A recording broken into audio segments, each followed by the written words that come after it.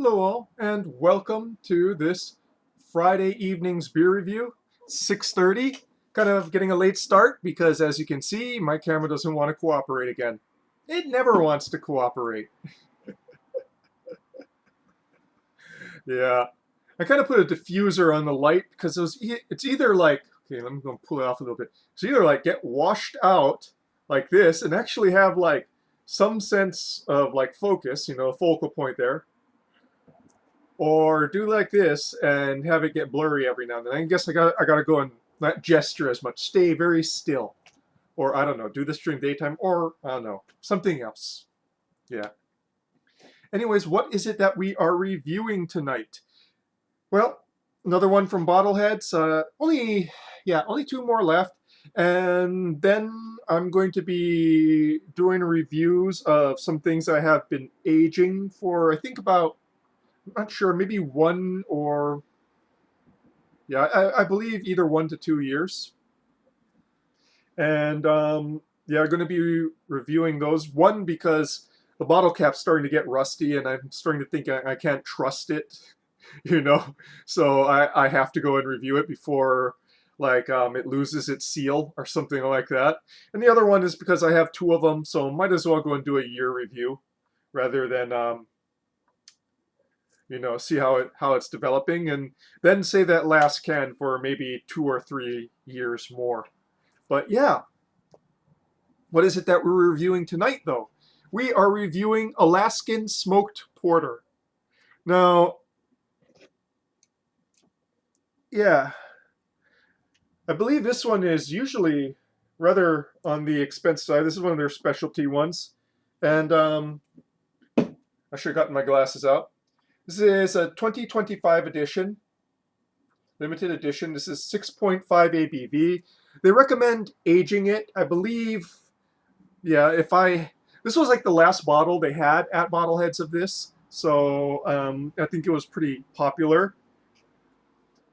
Yeah, Bottleheads only sells singles.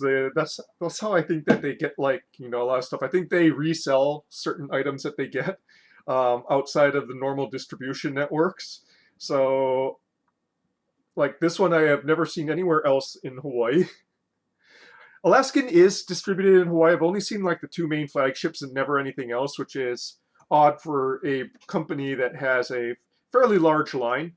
But, I believe is mostly distributed within Alaska, unsurprisingly. So, yeah, smoked porter, which according to Beer Advocate is its style in and of itself. Again, styles are proliferating, but in this case, I think it kind of stands. Most Rush beers or smoked beers are not, made with either light or copper malts. Never like dark malts, and also using a ale yeast rather than a lager yeast. So yeah, this will be the first time I've had a smoked porter. Yeah. Mm. And yeah, looking forward to it. Okay. This has been sitting outside the refrigerator for 15 minutes because my camera is not cooperating with me, as you probably already noticed. So yeah.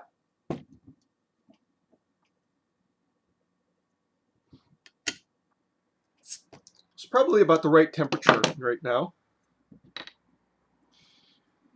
Beer Advocate recommended, regular no-nick glass, so into that it goes.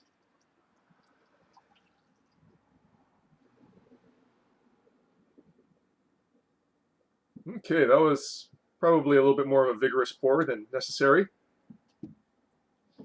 About a couple fingers worth of beige to light brown head. And yeah, let's go and see what it looks like here. Get the light pull off the diffuser. Well, you can't see it, but it looks like, yeah. When you have the light shining directly at it, you get a little bit of an amber coloration there. But otherwise, in normal lighting, pretty much opaque.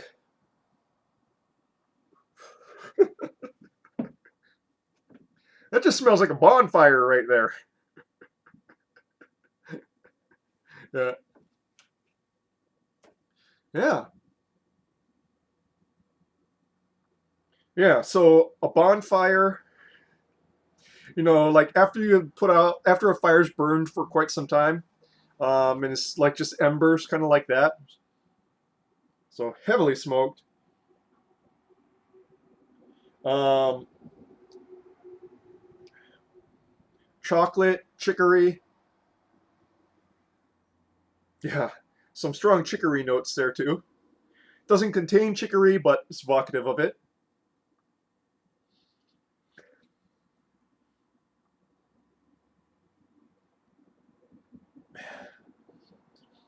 Underneath that, some chocolate notes. Not getting much coffee notes. Definitely 90% bonfire here. Now I'm kind of wondering why they say age it. Probably, go and get that. I'm guessing that smoky note mellows over time. So might be worth it just to go and see if it does. Okay, onto the palate now, shall we?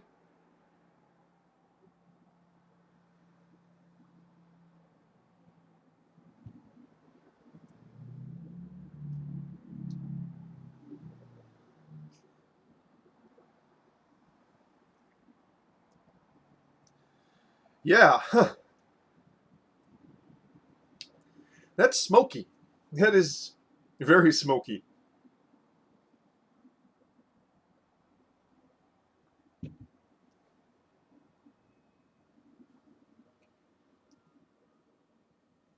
So up front on the palate, definitely get more of those porter notes, some bittersweet chocolate, cacao nibs,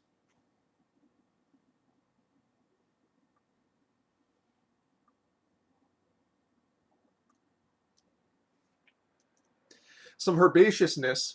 But the top note, while it's on the palate, is still of that smoke. And that long finish is very smoky. I still have a top note of smokiness long after I've drank it.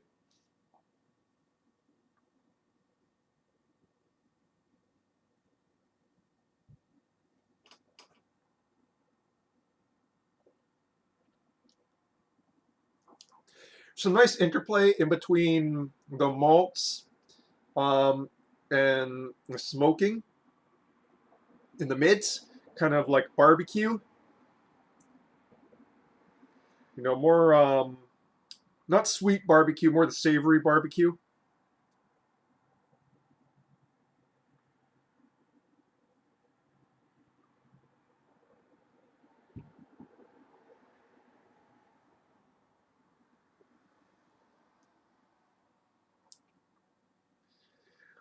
The finish into the long finish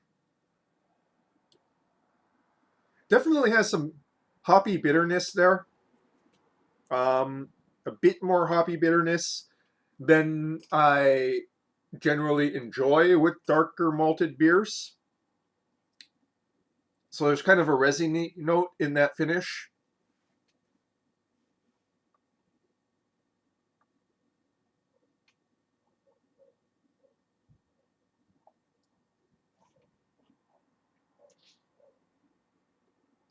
Yeah, I kind of want to see what this is like aged. Unfortunately, I only have the one bottle, so if I see it next year on the shelves, I will buy it and age it.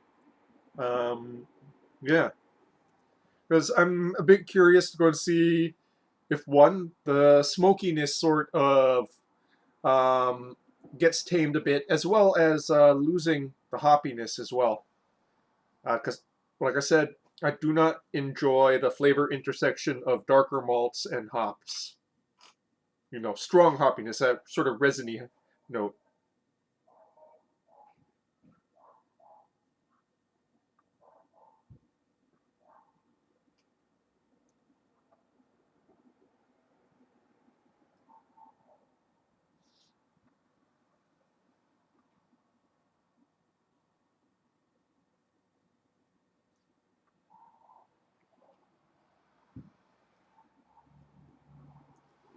as it warms up, kind of a top note is emerging, bandages, uh, which is something that you get in these smoked beers, um, which can be a little off-putting for those who are trying it for the first time. For me, I love Isla, single malt scotches. So Isla single malt scotches often have that kind of bandage note to it. Um, I kind of like it, which is odd. I odd because not odd that I like it because I like a lot of odd flavor combinations, but that hops and dark malts, yitch, want to clean my tongue off. Smokiness, yum. But then I am a pipe smoker, so I do seek out smoke. Um, yeah, I haven't mentioned that for like a few years. So yeah, almost 10 years. Um, if you go back through the channel, I did do a couple videos in which I opened up like pipe tobacco. But yeah, I'm a pipe smoker. Um, I do not smoke cigarettes. Um, or really, I do smoke cigars on rare occasions, but they're a little bit too pricey for me. And also too, I just prefer the experience of smoking a pipe a lot more. It's more contemplative.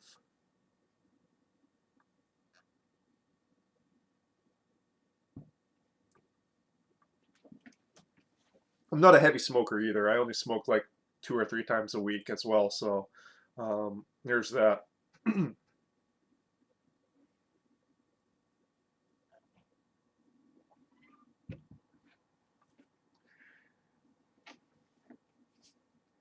Yeah, I kind of feel like I've plumbed this particular beer as much as is possible.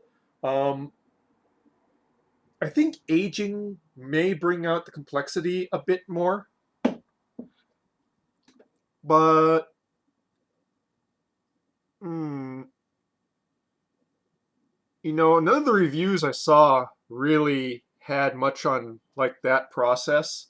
So, I aged this and like it tasted better or anything. Um, like I said, this was look at the reviews, it's fairly polarizing, but I think the polarizing aspect is just more smoked beers in general. They're not very common, so when people try them the first time, they're kind of icked by it. Not me. I loved it the first time I had it, but that's just me.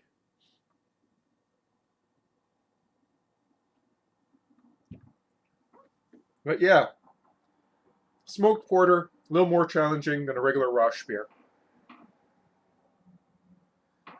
Uh,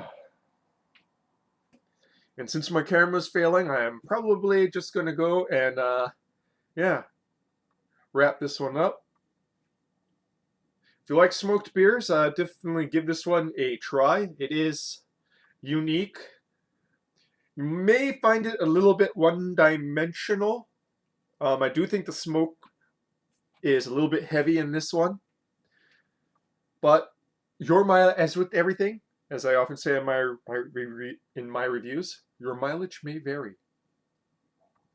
And that, folks, is your beer review for this evening. Cheers.